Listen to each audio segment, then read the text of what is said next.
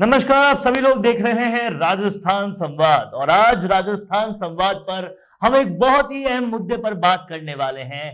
परिवारवाद से ग्रसित है पूरी की पूरी राजनीति हमारे देश की और ये सिर्फ नेशनल लेवल पर नहीं, राज्य लेवल पर ही नहीं, गांव गांव तक राजनीति में परिवारवाद पूरी तरह से घुसा हुआ है, पनपा हुआ है, डला हुआ है। कैसे इस परिवारवाद को निकालें?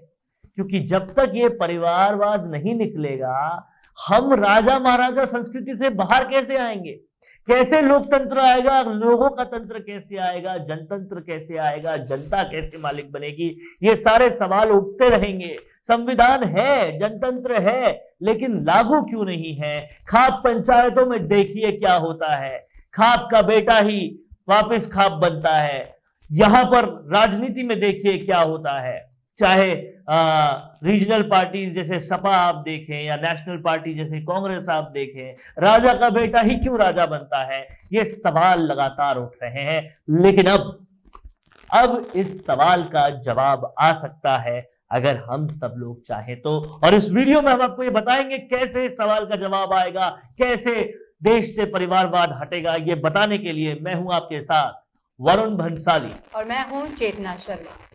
तो हम आज बात करने वाले हैं कि क्यों जनतंत्र में होकर भी, लोकतंत्र में होकर भी हम इस परिवारवाद को बढ़ते दे रहे हैं। बढ़ते हमारी ही कहीं ना कहीं ये मिस्टेक हो रही है, ये गलती हो रही है, क्योंकि हमारी ही वजह से ही ये परिवारवाद आज इतनी अपनी जड़ें फैला चुका है कि आप राष्ट्रीय लेवल से लेकर आप पंचायत तक देख लीजिए, ये परिवारवाद इतना लंबा चौड़ा फैल चुका है। और अब ये हटेगा कैसे? ये सोचने वाली बात है, समझने वाली बात है।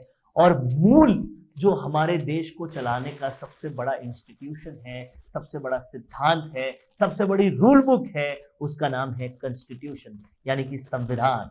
और संविधान में नित नए चेंजेस लगातार हुए हैं, लेकिन अब जरूरत है ऐसे चेंजेस करने की जिससे जनता को और ज्यादा ताकत मिले और जिससे ये परिवारवाद भी खत्म हो। और ऐसे चेंजेस आने के लिए अब एक क्रांति आने वाली है, क्योंकि देश के कई कानूनविदों ने मिलकर एक ऐसा बिल बनाया है जिसको अगर टेबल कर दिया गया, फिर पास कर दिया गया, तो जनता को ताकत मिलेगी, जनता को अधिकार मिलेंगे। और ये जो खाप या पंच गांव में होते हैं, ऐसे पंच शहरों में भी होंगे, लेकिन वो परिवारवाद के तहत नहीं आए हुए होंगे। रिप्रेजेंटेटिव जनता चुन पाएगी अपने, और इक्वल तौर पे चुन पाएगी। किसी को ज्यादा नंबर, किसी को कम नंबर, किसी का ज्यादा इवैल्यूएशन, किसी का कम इवैल्यूएशन, ऐसा नहीं होगा।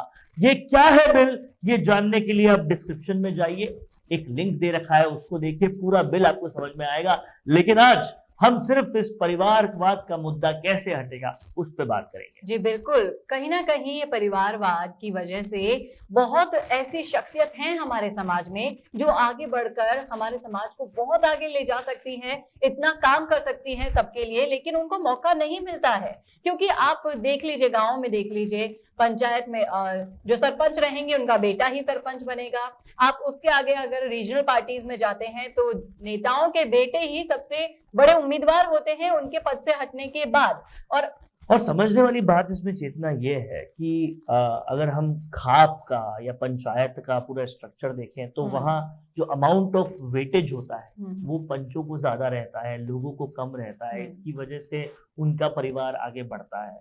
लेकिन अगर वो वेटेज खत्म कर दिया जाए, सबका वेटेज ऑफ वोट एक जैसा रख दिया जाए, जैसा कि इस पूरी बिल में लिखा हुआ है जो आप नीचे देखेंगे, और उन लोगों को रिप्रेजेंटेटिव बनने का मौका दिया जाए जो मोहल्ला स्तर पे, ब्लॉक स्तर पे नेतृत्व की क्षमता रखते हैं, समझते हैं सोसाइटी को, समझते हैं कानूनों को, तो फिर कहीं ना कहीं बहुत ज्यादा ट्रांसपेरेंसी आएगी। केवल ये एमपी एमएलए ही अपना मनमानी नहीं करेंगे और 5 साल वोट लेने के बाद राज नहीं करेंगे आप पर। तो क्यों ना जैसे गांवों के स्तर पर खाप होती है, पंचायत होती है, ब्लॉक स्तर पर भी, मोहल्ला स्तर पर भी ऐसे अच्छे नेतृत्व वाले लोग, परिवारवाद के तहत नहीं आए हुए लोग और अपनी एबिलिटीज के तहत आए हुए लोग जिनको पसंद करते हैं उनके वोट के थ्रू आए हुए रिप्रेजेंटेटिव्स बने, और ये जब रिप्रेजेंटेटिव्स बनेंगे उनकी भागीदारी होगी कानून को अच्छा करने में, देश की पॉलिसीज को अच्छा करने में। केवल वो बोलेंगे नहीं ऐसा होना चाहिए वैसा होना चाहिए, कर भी सकने की शक्ति होगी जब उनमें, तो बहुत बड़े बड़े चेंजेस आएंगे। और यही ये बिल बात करता है। आप जाइए डिस्क्रिप्शन में एक बार इसको देखिए। जी बिल्कुल। और ये सब बदलाव लाने के बाद किसको फायदा होगा? जनता को, क्योंकि जनतंत्र जनता के लिए ही होता है, जनता के द्वारा होता है। लेकिन अब जरूरत है इस बदलाव के लिए आवाज उठाने की। तो आप इस बिल को पढ़ेंगे जब आपको समझ में आएगा कि वाकई में कि जनतंत्र तो कहने के लिए तो है, लेकिन अभी भी हम जनतंत्र में रहते हुए भी दूसरों के अधीन ही रह रहे हैं। हमारी राजनीति में आप देख लीजिए जाकर कि एक शासन जो हो गया है उनके अधीन रह के हम काम कर रहे हैं। 5 साल के लिए निहत्थे होकर बैठ जाते हैं। ना हमारे पास वो पावर है और ना हमारे पास वो अधिकार रह गए हैं जो हमारे होने चाहिए। और चेतना, यहाँ पर एक बात समझने वाली ये भी है कि जब आप अपने मोहल्लों में निकलेंगे, जब आप जाएंगे पार्कों में, जब आप जाएंगे जहाँ महफिल बैठती है पूरे मोहल्ले की, वहां पर जहाँ ऐसे इलाकों में जाएंगे तो आपको ऐसे जबरदस्त नेतृत्व क्षमता वाले, सोसाइटी को समझने वाले, पॉलिटिक्स को समझने वाले लोग मिलेंगे जो सच में चेंज लाने की ताकत रखते हैं। अगर उनका से हो तो क्यों ना उनका से हो, क्यों ना वो रिप्रेजेंटेटिव्स बने, क्यों सिर्फ और सिर्फ एमएलए, एमपी, पार्षद तक की बात रहे, क्यों ना और रिप्रेजेंटेटिव्स हो, और अकाउंटेबिलिटी हो, और ज्यादा लोगों का नेतृत्व बढ़े। ये बहुत ज्यादा जरूरी है और इसलिए रिप्रेजेंटेटिव्स का बढ़ना जरूरी है। गांवों में अगर पंचायत हो सकती है तो ब्लॉक स्तर पे, हमारे क्षेत्र के स्तर पे, मोहल्ला स्तर पे क्यों नहीं हो सकती? ये वाकई सोचने वाली बात है और इस चीज का ख्याल इस बिल में रखा गया है। और भी कई सारे राइट्स के बारे में बात की गई है इस बिल को। मेरी दरख्वास्त है कि आप सब लोग एक बार पढ़िएगा, अपने सांसदों को बोलिएगा कि टेबल किया जाए ताकि जनता को ताकत मिले।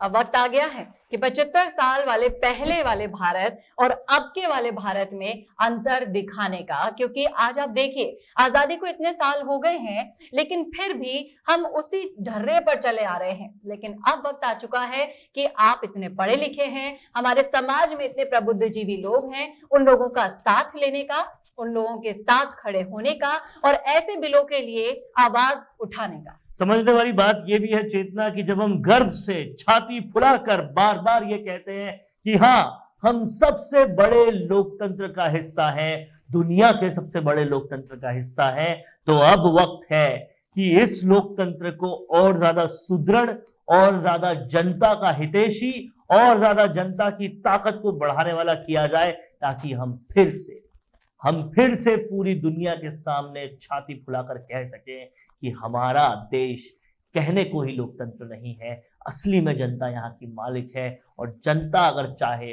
तो कुछ भी कर सकती है। जी बिल्कुल। और आपकी क्या राय है, आप क्या सोचते हैं, कमेंट बॉक्स में जरूर लिखिएगा और हमें बताइएगा कि अगर आपके मन में भी कोई ऐसा सुझाव है, कोई बदलाव है तो आप चाहते हैं कि इस बिल में शामिल किया जाए, आप जरूर लिखिएगा।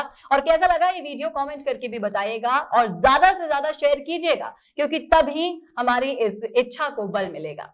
नमस्कार। अगर आप अपने क्रिकेट इंटरेस्ट से पैसे कमाना चाहते हैं तो आपके लिए एक बहुत जबरदस्त खबर है। Officially licensed cricket betting sites पर बेट करके आप अच्छा पैसा बना सकते हैं, वो भी आसान पेमेंट प्रोसेस के साथ, जो आपको देगा 24/7 सर्विस सारे 365 दिन। तो बेस्ट बेटिंग साइट्स जैसे कि diamond exchange India, diamond exchange, Q exchange और वर्ल्ड 777 के जरिए कीजिए क्रिकेट बैटिंग। और मार्केट में कॉपी करने वाले फ्रॉड्स पर कतई विश्वास ना करें। डिस्क्रिप्शन में दी गई इंफॉर्मेशन को फॉलो करें और पाएं ट्रस्टेड वेबसाइट से बैटिंग करके आसान पेमेंट प्रोसेस से ढेर सारा पैसा। तो देर मत कीजिए और डिस्क्रिप्शन को तुरंत चेक कीजिए।